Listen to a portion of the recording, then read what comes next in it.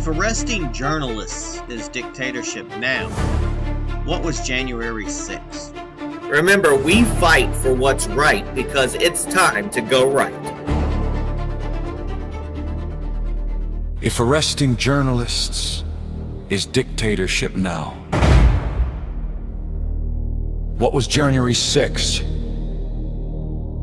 What was the silence when the cameras were rolling and the Constitution felt optional? The First Amendment doesn't pick sides, doesn't check badges, doesn't ask who you voted for. Press freedom for all, or freedom for none. Welcome to Go Right with Peter Boykin, the constitutionalist for liberty!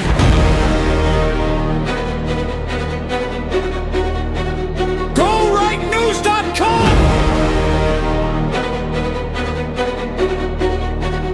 PeterBoykin.com! It is time to go right! If arresting journalists is dictatorship now, what was January 6th? This is #GoRight with Peter Boykin.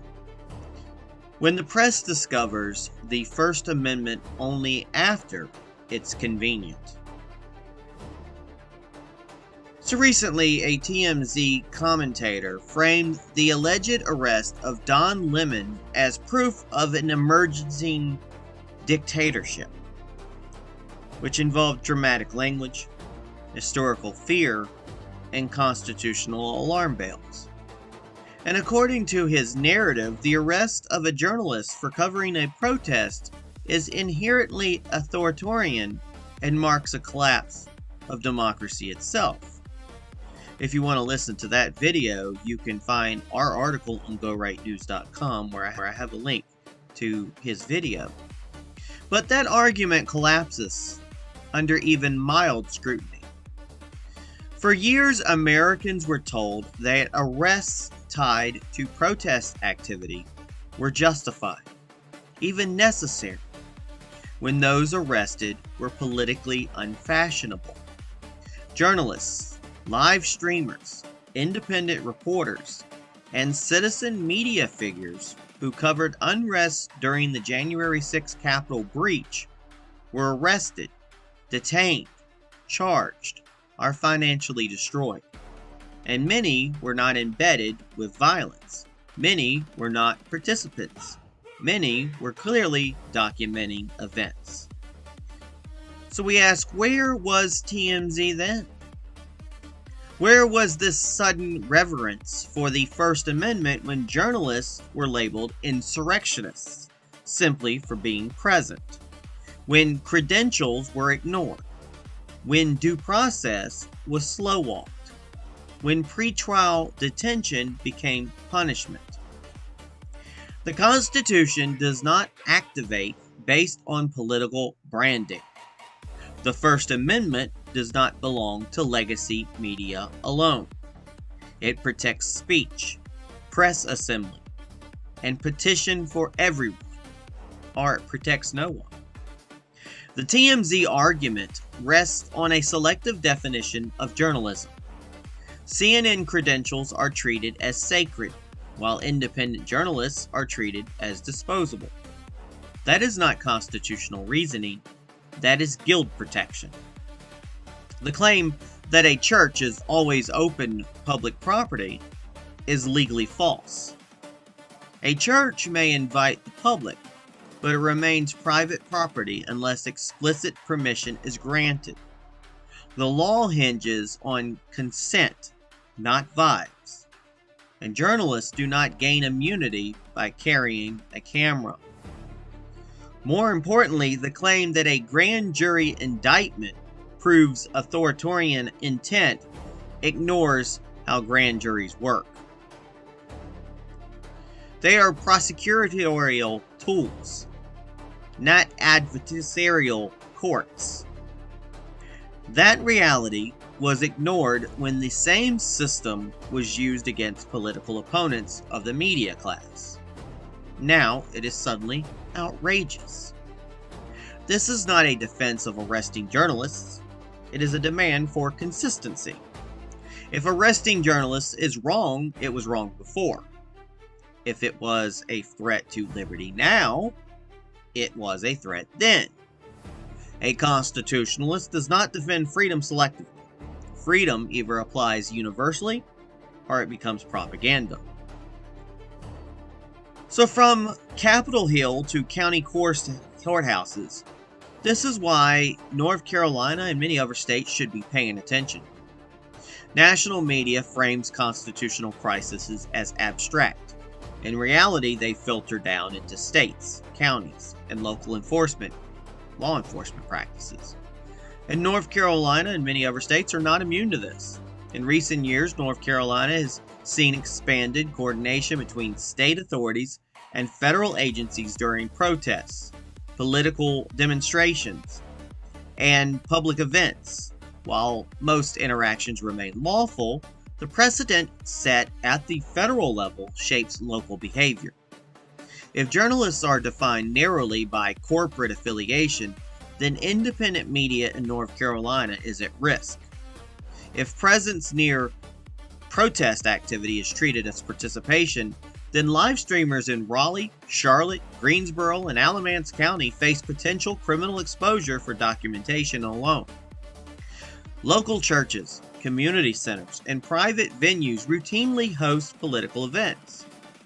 Property rights still apply. Consent still matters. Law enforcement must balance First Amendment protections with trespass law, but the standard must be neutral. What North Carolina must resist is politicized enforcement. When rules are bent for one group and rigidly enforced against another, trust collapses. When prosecutors chase narratives instead of evidence, communities fracture. The Constitution was designed to decentralize power for a reason. States act as fire breaks against federal overreach. Local officials must ask hard questions before mirroring national excesses. Is the person being arrested a journalist or merely labeled one? Was consent given? Was due process respected? Would the same standard apply if the ideology were reversed? If North Carolina fails to ask these questions now, it will not matter who sits in Washington later. The precedent will already be set. So we ask, and we state, the Constitution does not belong to the media class. They want you scared. They want you emotional.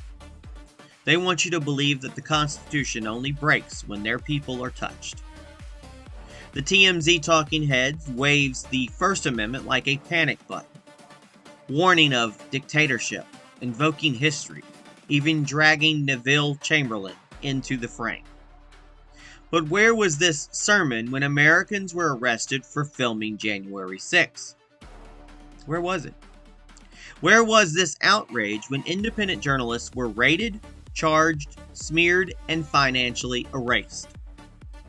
The constitutionalist answer is simple. Rights do not activate based on press badges. The First Amendment does not belong to Donald Trump, CNN, TMZ, or the Department of Justice. It belongs to the people. If arresting journalists is wrong, it is always wrong. If due process matters, it always matters. If grand juries are flawed tools, they did not suddenly become flawed yesterday. What we're watching is not the death of democracy, it is the exposure of hypocrisy. A free press is essential, yes. But a free press includes citizens with phones, independent reporters, live streamers, and voices outside corporate studios. Liberty does not flow from legacy media approval. A constitutionalist for liberty does not cheer arrests, but he also does not rewrite history to protect favored players. The warning signs were there long before TMZ noticed. And the question is not whether we saw it coming. The question is whether we will finally apply the Constitution evenly. That is what it means to go right. Folks, this is hashtag Go Right with Peter Boykin. I'm Peter Boykin. You can check out more articles, including this one, at GoRightNews.com, GoRightNC.com, and PeterBoykin.com. On the floor, beat filtered sanity!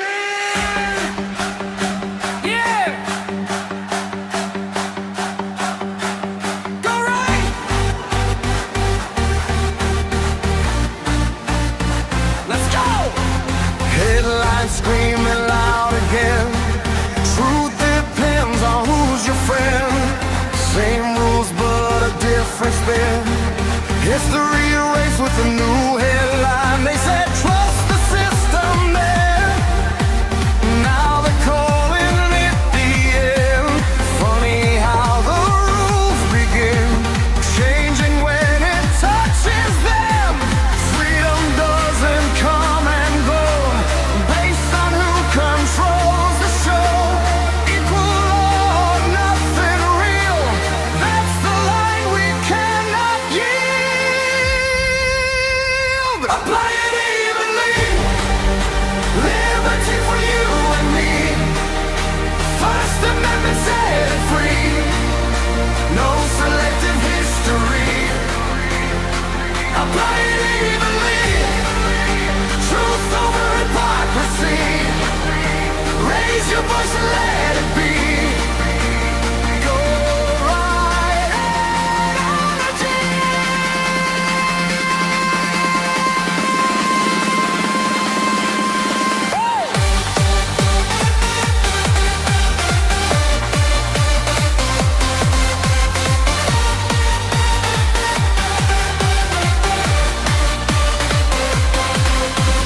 Citizen cameras in the street.